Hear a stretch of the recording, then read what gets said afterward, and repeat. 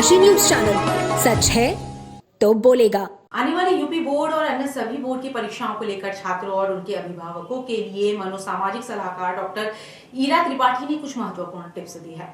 Doctor Tripathi ने कहा कि अभिभावकों को इस दौरान बच्चों के प्रति व्यंग्यात्मक टिप्पणियां करने से बचना चाहिए, जैसे साल भर नहीं पढ़ा, अब रट्टा मारकर क्या फायदा और जानता हूं कितना पढ़ते हो। उन्होंने अभिभावकों से आग्रह किया कि वे इस समय बच्चों से फ्रेंडली बनकर उनकी समस्याओं को समझें और उनकी डाइट और सोने का ख्याल रखें।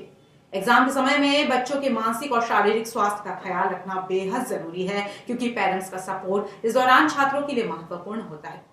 सामाजिक सलाहकार डॉक्टर ईरा त्रिपाठी ने बताया कि जो छात्र साल भर नियमित पढ़ाई करते हैं उन्हें घबराने की कोई आवश्यकता नहीं है और वे सामान्य तरीके से अपनी तैयारी जारी रखें। वहीं जिन छात्रों का पढ़ाई में ध्यान कम रहता है उन्हें अब अपने पढ़ाई के पैटर्न को सुसंगत और फोकस्ड बनाना होगा। उन्होंने कहा कि एग्जाम के समय तनाव को कम करने के लिए छात्रों को रिलैक्सेशन एक्सरसाइज भी करनी चाहिए। अगर किसी बच्चे को सब कुछ आ जाने के बाद भी तनाव महसूस हो रहा है तो उसे मानसिक शांति पाने के लिए कठिन सवालों को छोटे हिस्सों में बांटकर हल करना चाहिए। पेरेंट्स के रोल पर बात करते हुए डॉक्टर ईरा ने कहा कि एग्जाम के समय बच्चों को भी अभिभावकों की समझ और समर्थन की अधिक आवश्यकता होती है, खासकर उन बच्चों को जो पढ़ाई में थोड़ा कमजोर होते हैं या जिनका मन पढ़ाई में नहीं लगता। ऐसे बच्चों को व्यंग्यात्मक टिप्पणियों से बचते हुए उनका हौसला बढ़ाना चाहिए और मानसिक रूप से उन्हें मजबूत करना चाहिए। इसके अलावा डॉक्टर ईरा ने कहा कि परीक्षा के परिणाम के बाद यदि किसी छात्र के नंबर कम आते हैं तो उसे निराश नहीं होना चाहिए।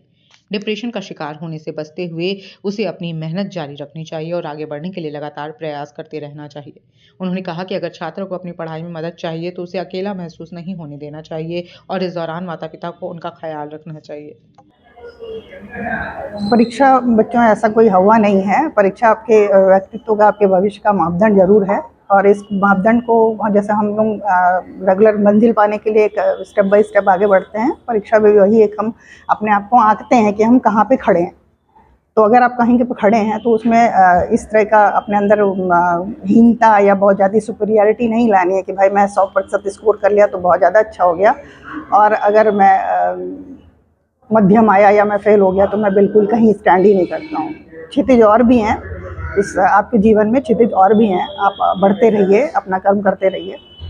पूर्वांचल की खबरों से जुड़े रहने के लिए आज ही सब्सक्राइब करें हमारा YouTube चैनल डनकाशी और हाँ, लेटेस्ट अपडेट्स के लिए बेल आइकन को प्रेस करना ना भूलें। और आपके पास है कोई जानकारी या है कोई सूचना तो हमारे दिए गए नंबर पर आप हमसे संपर्क कर सकते हैं।